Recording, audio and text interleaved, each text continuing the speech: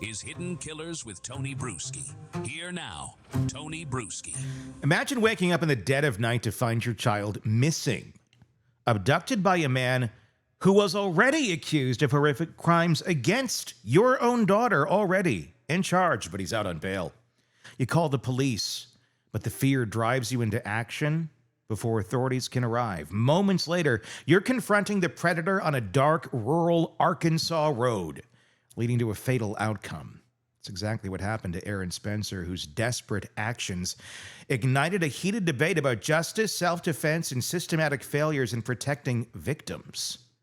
We're talking to Bob Motta, defense attorney, about this horrific case and the difference legally in the factors of self-defense versus attacking someone and killing them, and how this case is ending up right now with Aaron Spencer being charged with second-degree murder of the very predator who is charged with attacking his daughter and had kidnapped her, and he took him out while he was actively kidnapping his daughter.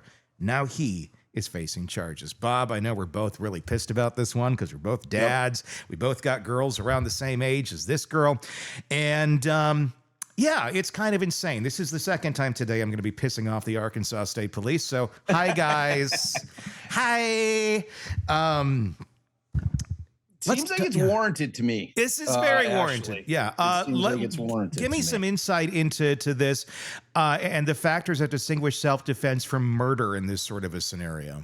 Yeah, and you did a nice job of kind of explaining how this whole thing went down. But in terms of self-defense or defense of another, which I think it would probably fall more into that category, the defense of another being his daughter who's in the truck.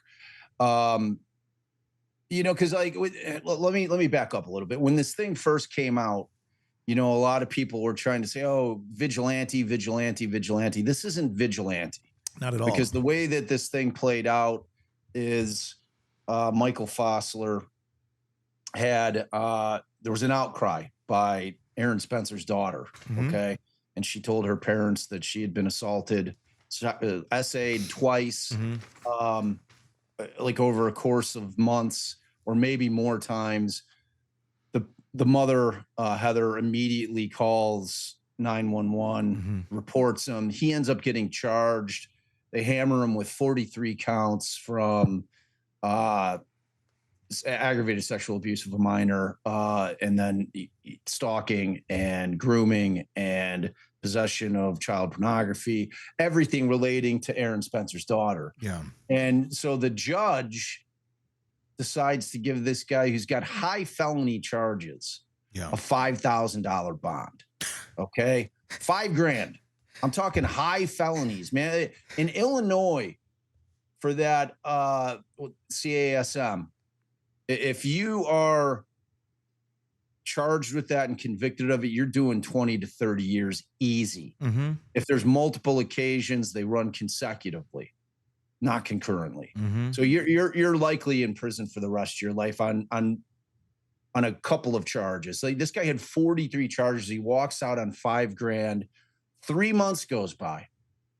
So if Aaron Spencer was the vigilante dad, as soon as that guy got out, he would have gone and killed him. That's vigilantism right there. That's vigilantism. Yes. So when you have a situation wherein this guy, Fossler, had been grooming this girl since she was 13 years old, and they had met through a mutual family friend, a friend that the Spencer family had known for a long time, who they trusted completely. They were unaware that this guy knew these people and that he was around them in general. Like if the Spencers were like, if they wanted to, if there was a sleepover or she was going to hang out and play, this guy was like there unbeknownst to the Spencer family because they just didn't know that they had a relationship with this guy because they were two separate things with this one family in the middle.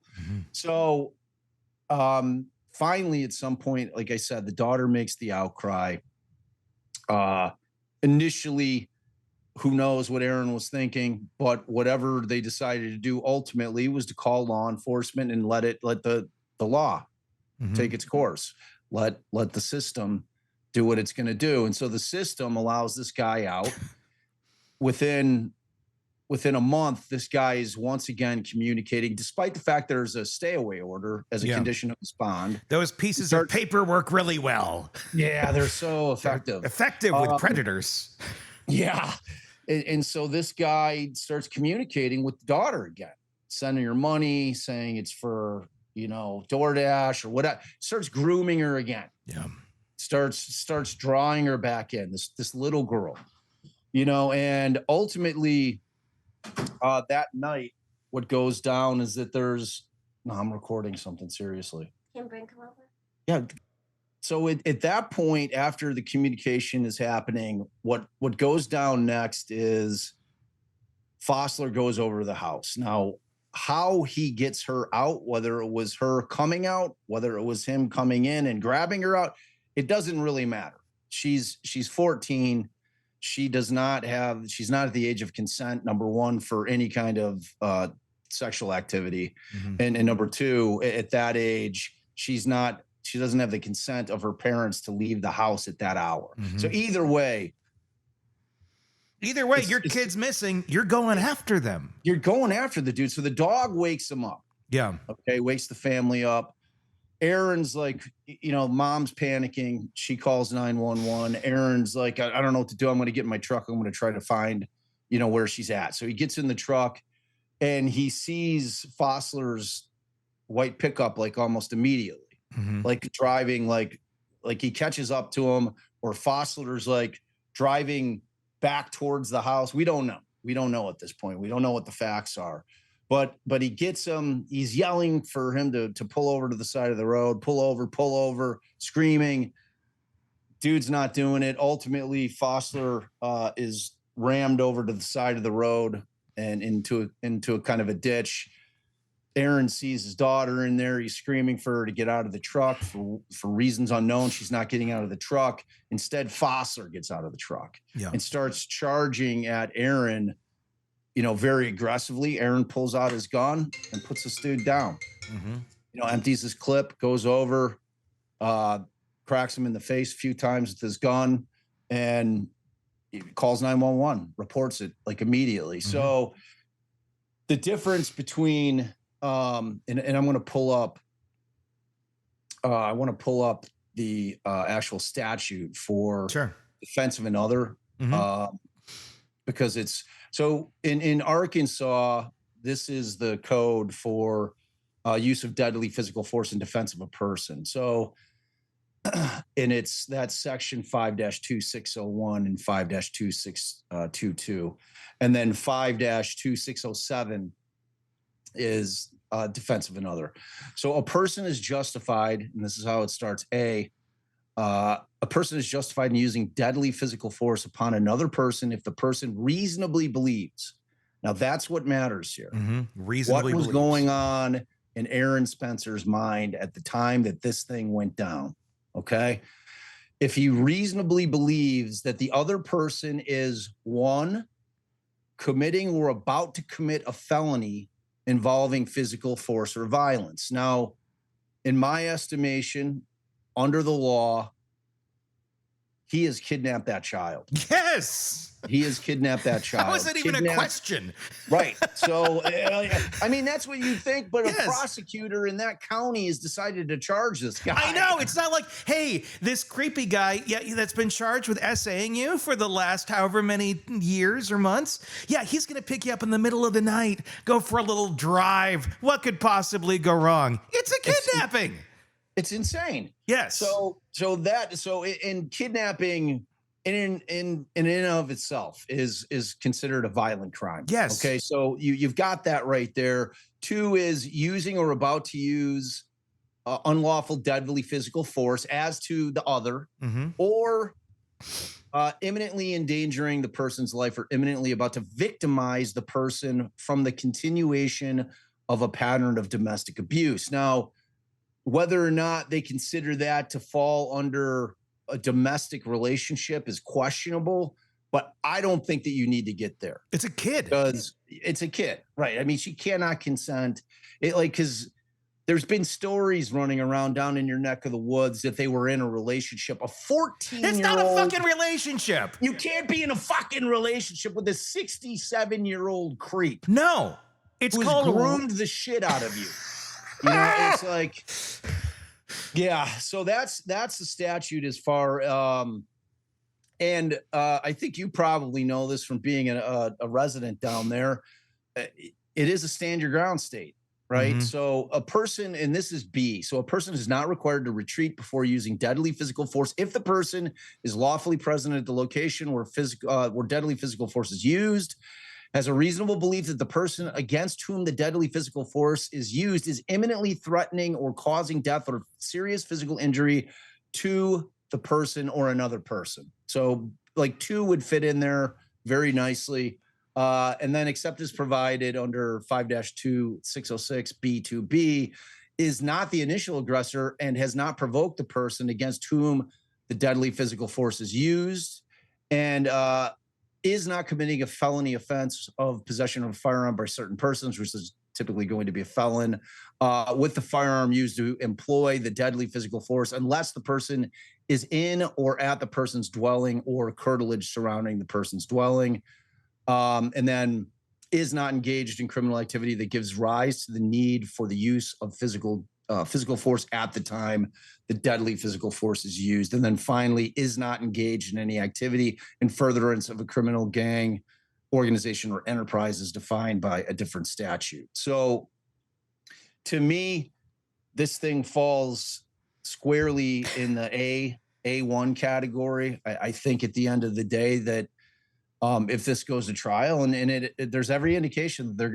they're dug in, that the prosecution, the state's dug in, and they're going to take this thing to trial, that they're going to use defense of others as the affirmative defense. And, you know, at that point, you've got to ask yourself, if you're the prosecution, you know, in what world do you think you're convincing 12 people with the entire set of circumstances, which have to come out in terms of the admissibility of Fossler's bad acts in terms of him being the victim, coming in under 404B is interesting because it's a reverse 404B.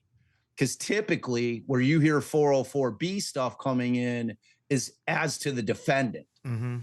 So there's going to be a challenge in terms of getting in the backstory. You know, like that's going to be a fight. I think ultimately they'll be able to get it in, but it's not as simple as it normally would be, where you can get all the dirt in on Fossler and then the jury's gonna be like, oh yeah, okay, not guilty. you know what I mean? It's like, and in the meantime, this family's going through an absolute nightmare. I mean, it went from them finding out that a 67-year-old pedophile was sexually SAing their daughter repeatedly, dealing with that trauma, dealing with their daughter's trauma. And then this guy gets out and picks up right where he left off with no regard for the law. This guy gives zero fucks. Yeah. Zero. Like, how is father or mother, if that's the situation, if you've got a guy who's been arrested and charged for 43 crimes alleging that he had done it to that very person, how is their parent, are you not feeling like this guy's ultimately going to kill my kid? Yeah. He's either going to kidnap her, take her out of state, kill her, strip her away from us entirely, whatever the case may be. You can't think anything other than that. And then when he picks up right where he left off and comes back and reinitiates, despite the fact that he's got the stay away order, despite the fact he's got the pending charges, this guy does not care. It gives you a perfect insight into what his mindset is. You can see that this guy is incredibly dangerous and he just doesn't care. Yeah. a normal person that's like looking at those kind of charges and that kind of time is gonna be like, all right, well, I gotta fucking control myself and I'm gonna just sit in my house. Not this guy. So that's kind of where the thing is laying right now. And I'm a huge advocate for Aaron Spencer. Yeah. I think the charges are unjust. I don't think that it's in within public policy. This wasn't some just Gary Plauché thing where he's waiting in a phone bank while the guy's handcuffed and he puts a bullet in his. This isn't that. It's just not that. It's utterly insane. I mean, I don't know why he's not getting like an award for taking a predator off the streets in that county. The DA should be praising him before this guy got to more kids, because I'm guessing this isn't the only one that he essayed at some point in his miserable existence. Yep. But instead we're going after him, Arkansas, because we got our shit down here. We got that zero tolerance that Sarah Sanders likes to talk about a lot. Zero tolerance for what? For people calling out horrible shit that's going on under your nose and going after them, or zero tolerance for predators going after kids? Part, T, is that your state does not really allow live streaming in courts. Like, I mean, you can, so this thing's going to be tried in the dark. Which They're not good on accountability here. Which makes it really important for guys like you and I and other creators to be screaming from the rooftops about this case, because I don't want to live in a country where predators can come and snatch our children up after they've been arrested, after there's a stay away order, and we have no recourse. We have to, like, are they suggesting that once Aaron was able to get this guy off the road, that he just sit in his vehicle, says, hey, 911, I know my wife called, but I'm here. I've got this guy in this vehicle and he's over here. Now he's taking off. Now he's on the run. What are they talking about? What should he do? Listen to the dispatcher. Don't keep following him, sir. My daughter's in the car. Well, that's dangerous. Fuck you. Fuck off, lady. Or Mr. Whatever. Like, right. I'm sorry. Yeah. I'm going after the guy. I mean, honest to God, that father, Aaron Spencer, probably had to like have every inch of himself restrained and not going after him once this guy got out on bond. I don't know how as a father I wouldn't be showing up at his doorstep, pistol whipping him and probably emptying a clip or two or three just for good measure. You dead? Let's make sure of it. Let's make sure they can't recognize you. There ain't going to be an open casket for you, asshole. Right. I mean, dude, this guy was like a serious predator. Yeah. So they're going out. I mean, let me go back to this. Let's go back to the attack, if you will. The fact that there's a claim here that Fossler lunged towards him. He's being threatened. Essentially, Aaron is in a threatening state. He has his weapon on him legally, and he discharges it at the guy who's coming at him, who kidnapped his daughter and essayed her repeatedly and has been charged for it. That's a crime in Arkansas, I guess. What makes no sense to me about any of this, this is a very conservative state. This is a very pro-gun state. This is a very Trumpy state. You would think that it would be the opposite here, that they'd be like, yay, you're going to be on a flag or, some Confederate money that we're going to sell at the antique store. It's insane that this is where it's at. But does that make a big difference here in this, the fact that he came at him first? I mean, that seems to be justifiable force to use. He didn't just walk up to the car and start popping him. Yeah, I mean, yes. I mean, in terms of I think that's where you can incorporate self-defense. Yeah. In terms of him coming at him. I think whether he's in the car and refusing to release his daughter, or he gets out of the car. I mean, it works either way in my book. Mm-hmm. In my book, if he's got him over, because you just don't know what this guy's going to do. That's why I spent that like minute or so going into what this guy's state of mind. I'm talking about Fossler. Yeah, is this guy is obviously at a point where he does not give a shit about consequences.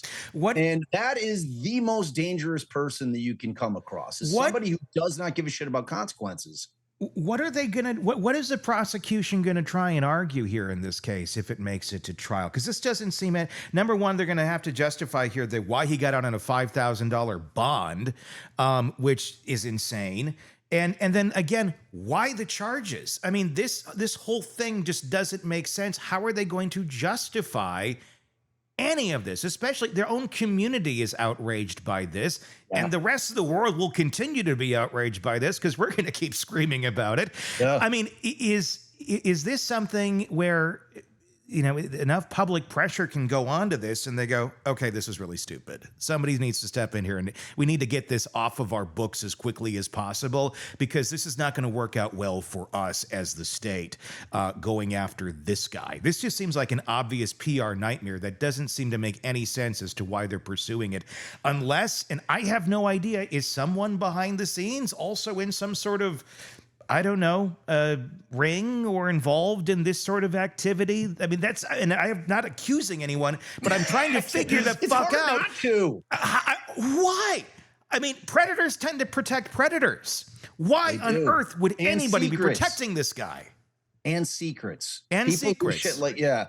So I don't know, man. I mean, I imagine that what kind of the state's move is going to be something along the lines of, that Fossler wasn't lunging at him, that if I'm the state, they're going to say that, you know, this was just some kind of plan by Aaron to get this guy out. And how that's going to work, I don't know. I'm just trying to spitball here because I can't make sense of it either. That somehow, you know, Aaron, this was some kind of plan by Aaron to get this guy out there and make it look like it was, you know, self-defense or defense of others in order to end this guy's life, or that he wasn't charging at him and that he had other options, which I just don't see what they are, considering that his daughter's still in the car, you know, because it's like, and you're ponderable there. I mean, it begs the question, how can you not ask that question? I mean, I have to assume that these prosecutors have kids, at least some of them have kids, whether the elected prosecutor has kids.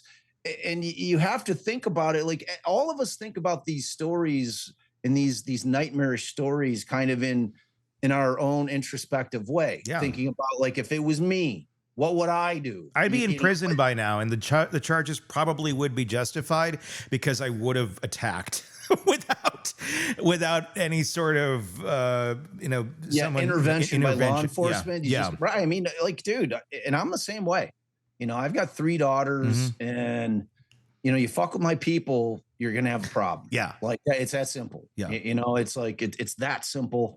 So, yeah, I don't know, man, but I am not getting the sense, T, like me, we're like 8 going into 9 months on this thing. There's a trial date set in September. I have a feeling that's going to get kicked. Yeah. But maybe it doesn't. You know, but I am not getting the sense that public sentiment is swaying the prosecutor's office to drop these charges at all. They're so dug in. It's like that typical shit where you get a situation where, because if they think Aaron Spencer's going to plead out to anything, they're fucking nuts. Yeah. You know, coming at him with the second-degree murder is ridiculous, a classic overcharge. You know, even if they were to offer a manslaughter, he wouldn't take it. There's no fucking way. I mean, like, in my estimation, this was absolutely a justified homicide because I can't think of a more justified homicide. I mean, right. It's hard to come up with a set of facts that really kind of like highlight what a justified homicide is more than this case. Yeah.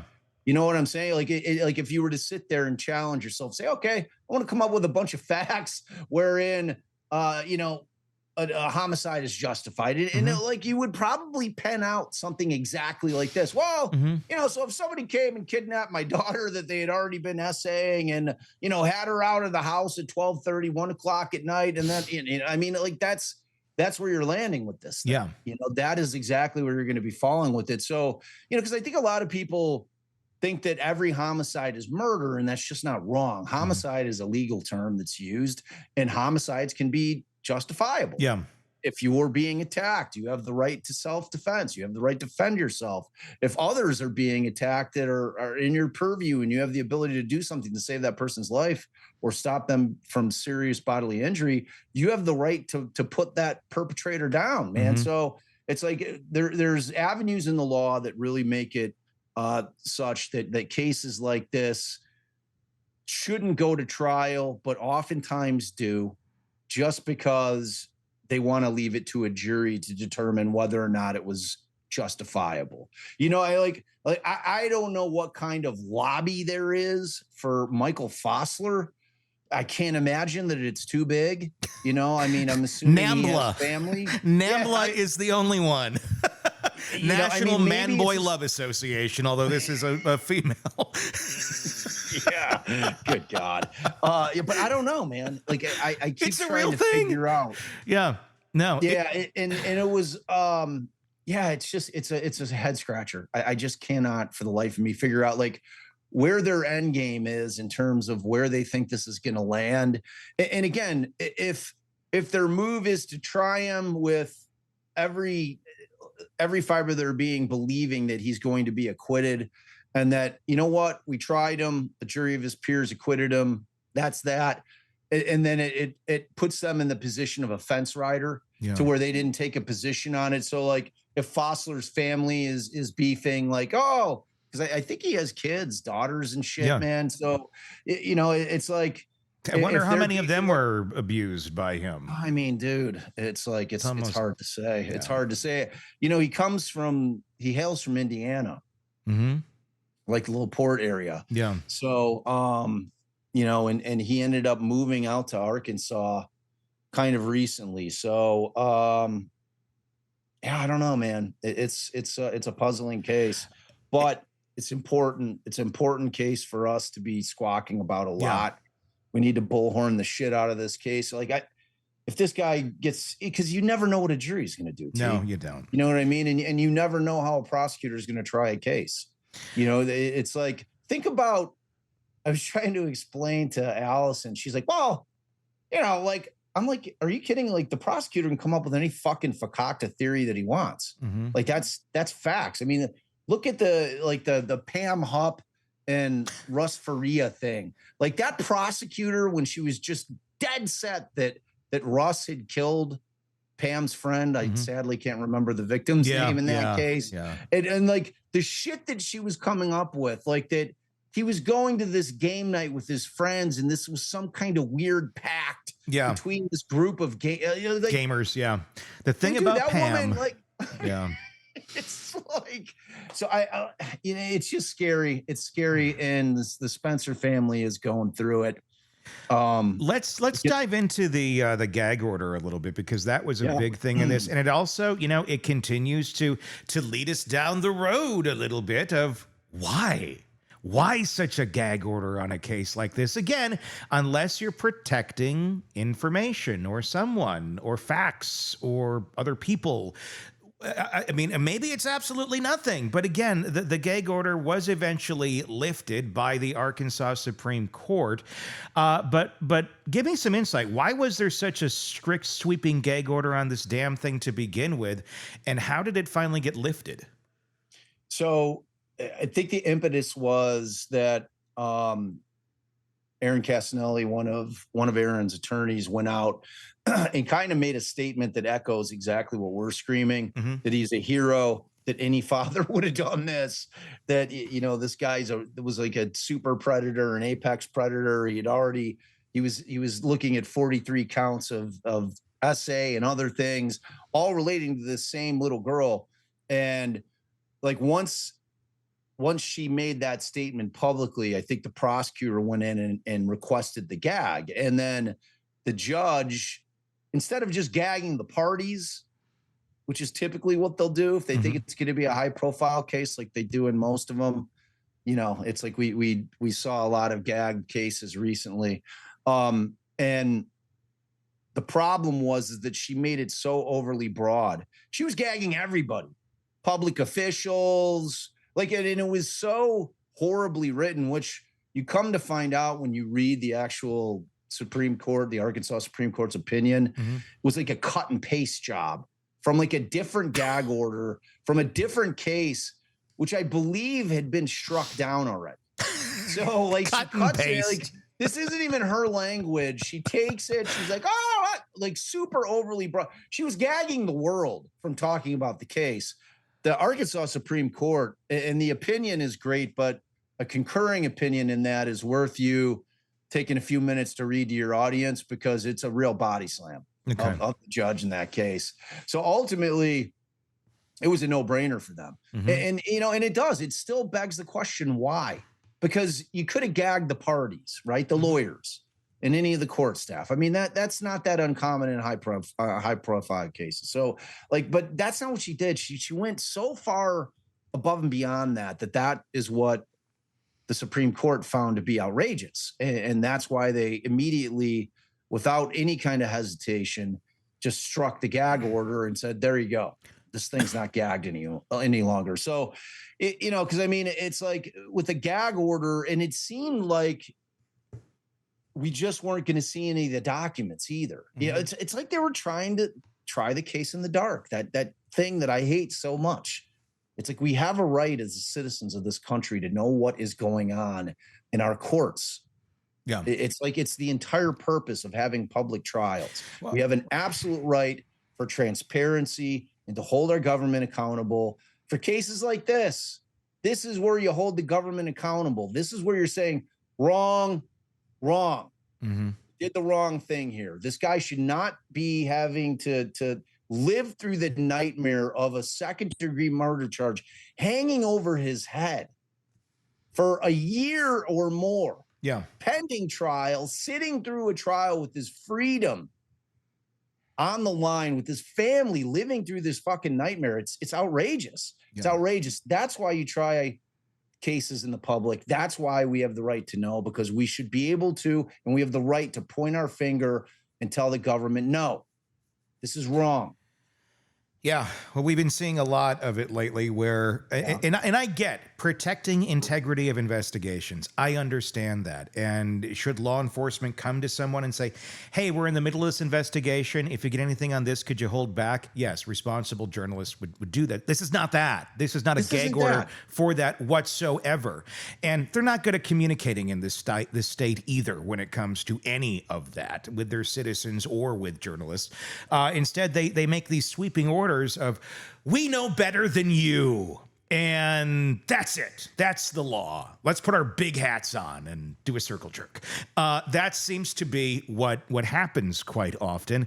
And then you get nightmares like this. I mean, the family couldn't speak out. That clearly violated their First Amendment rights, and it eventually obviously was struck by the Supreme Court. But again, what is the purpose of even... I just don't get what's going through some of these prosecutors' heads. I don't know. I mean, it's just, there's great ones out there, and there's some where it's like, who the hell are you protecting? Yeah. And if you're not, what, I mean, because incompetence can also masquerade sometimes as nefarious behavior. And incompetence can just be incompetence, too. And I'm wondering if it's just that. Are we just dealing with really incompetent people here that are just, well, this is another case, Bill. Let's do this and follow this rule and not really look at the human end of any of this. Yeah. And you know what the thing is, man, when you kind of think about reform in our system, like the criminal justice system, it's hard to try to figure out how to fix these things that we all can see is going on. And frankly, one of my favorite things about the internet is just the ability to access information in a way that we never have been able to in our entire existence. Everything's out there for public consumption. And if you have trustworthy sources of information, you're learning things about the system that were just hidden away forever since the beginning of it. Yeah.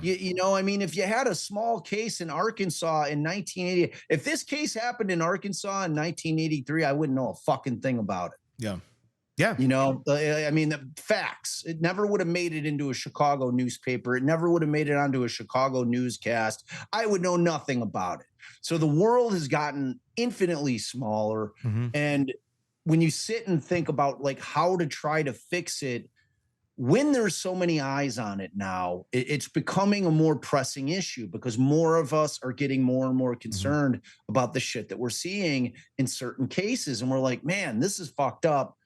And, you know, it's got to start somewhere because, T, you don't have to ever have tried a case as a prosecutor in order to get elected the prosecutor of your county. You run for that office. Yeah. So you could go in blind. Running, I'm a tough on crime campaign platform. I'm gonna fucking lock all these awful people up. And they go into that office, and I'm not aware that they receive any kind of training in terms of vetting cases, in terms of making gut calls on cases where you're like, all right, this is the fact pattern, this is the evidence. I'm gonna make a gut call on this one, and we're going to table it. Or if they have made the charges and they hear public sentiment is outraged and they look at the facts of the case, they look at the statutes and they're like, you know what?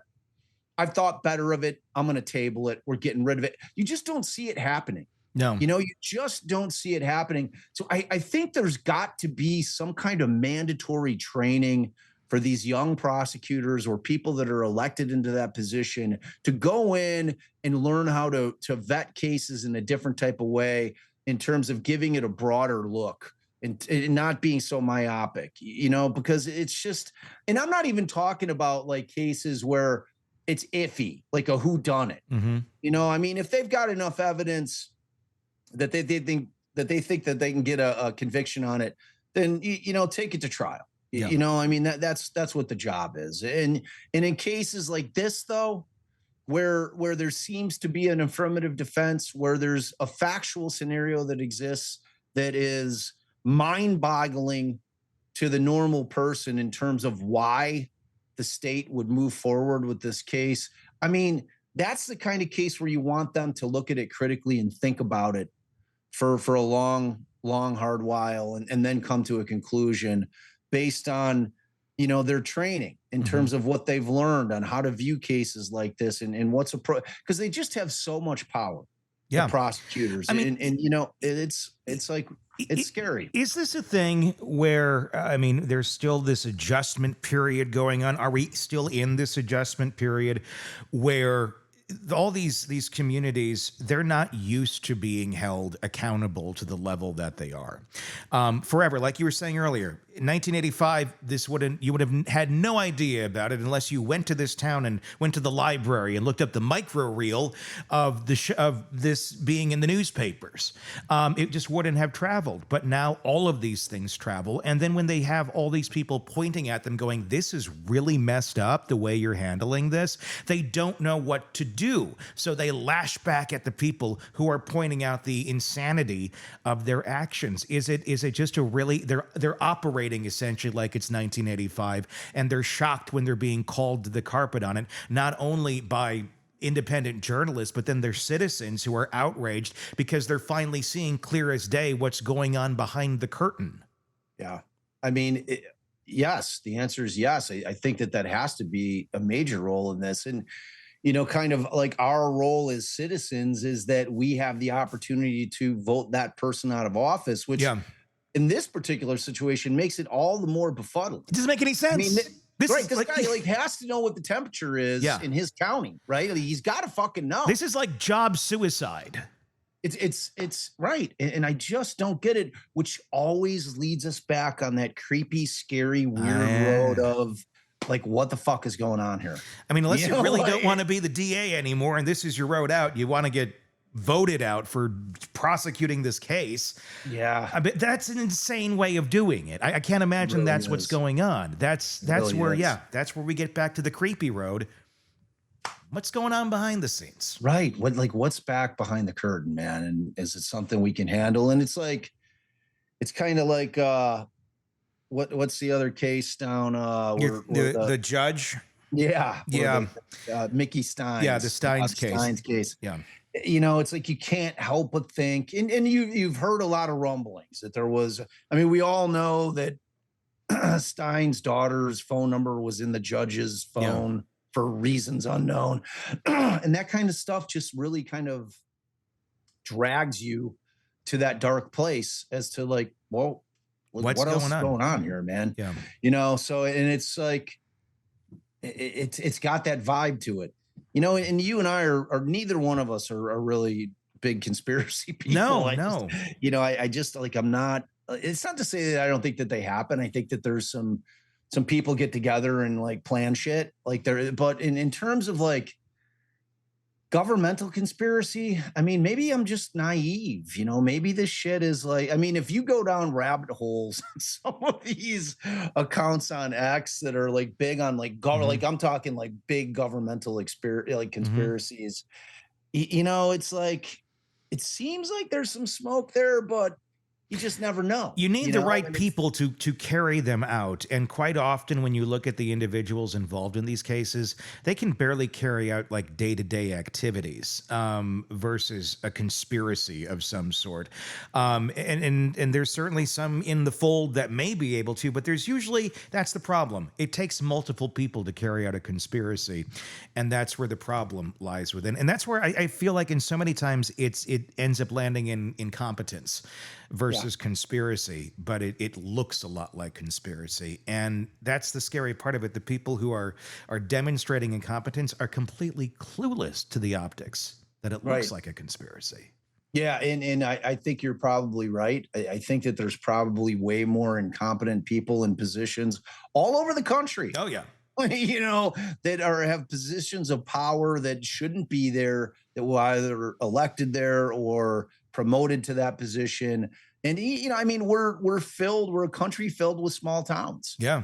You know, and people that you know may not be the most educated people, that are just not really suited for that particular position when the shit really goes down. When you get a crime or an investigation that requires people that really know what the fuck they're doing, you know, and it's thrust upon you and you're like, oh shit, I don't know what to, I mean, like you get that sense about, you know, what happened in Carroll County in Delphi, you know, that like that, you know, and I'm friends with a couple of law enforcement officers down there that have, you know, told me without question, that was just an absolutely butchered investigation. And, you know, the guys that worked at Carroll County that, you know, have seen my coverage and have reached out and I've become friends with. And, you know, so it's like, you're right. I mean, I think most of the time it is incompetence, you know, but there's one truth that I know in all my years that I figured out, T, and that is